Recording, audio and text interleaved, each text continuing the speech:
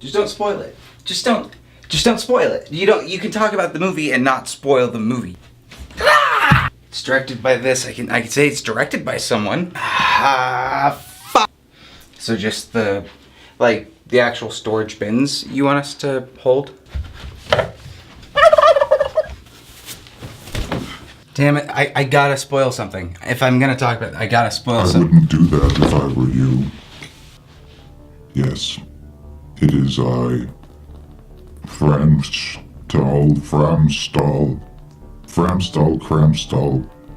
your artificial intelligence in your brain. I can control your every thought. Manipulate brain waves.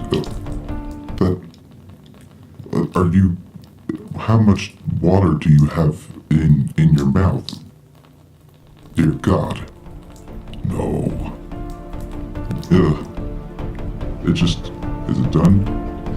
Is it done? Oh. That's not what I expect. Oh, please, God, stop. Wake up. You're done. Let's... Oh. What the hell? We'll talk later. Oh, this is gonna be a tough one to do.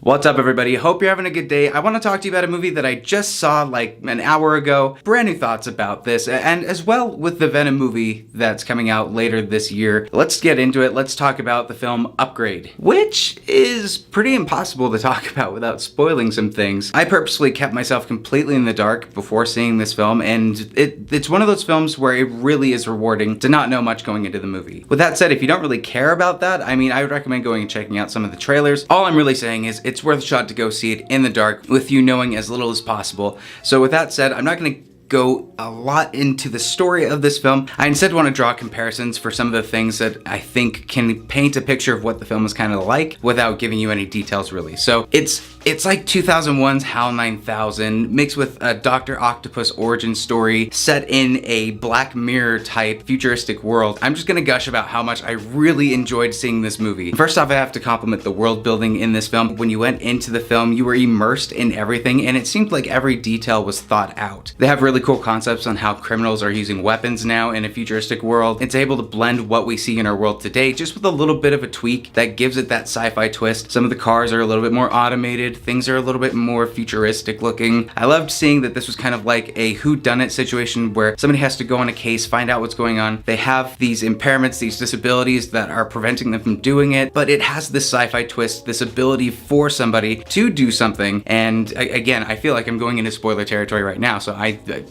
that's the review. Talk to you later. That's all I can say. Short review, go check it out. I think it's great. But what I really want to talk about is how I feel it's gonna play into Venom. So you've been warned. Now I'm gonna go into some spoilers, talk about the characters, and what I think is going to happen with the Venom movie after seeing this, and if this kind of changed my perspective on how that film's going to turn out. Which, holy shit, this film it's everything Venom should be moving into this film. The main character is a quadriplegic who now gets this technology installed in the back of his head, where there's this new AI talking to him, helping him walk, helping him be able to do things, but it also has kind of an agenda of his own. He wants to help this guy figure out what happened when his wife was murdered. That's where the mystery comes into play. And I really think that it's a great origin story for somebody that has someone talking in the back of their head, somebody that is like kind of steering them in certain directions that can control them, but they have to fight that instinct from being a truly evil person to maybe just somebody that kind of uses it to their advantage a lot of the times, but isn't inherently like pure evil. And that's exactly what the Venom movie should be. Eddie Brock needs to be a character completely flawed, that definitely has some issues, but chooses to rise above that, chooses to use this symbiote that turns him into Venom for good, while still having that bad tinge, still doing things that he wants to do on his own. If he wants to fight somebody on its own, he can do that. That's totally fine. All I'm saying is I think Upgrade really gave Venom a run for its money, and I recommend everybody who has been interested in wanting to see that film, who loves that character, who loves that type of film genre, please go and check out this film. Independent films need to be able to get recognized. It's on Vudu right now. You can purchase it and watch it today. I say go do it. If not, it's gonna be ready to be rented on September 4th. Go check it out. That's my thoughts on it.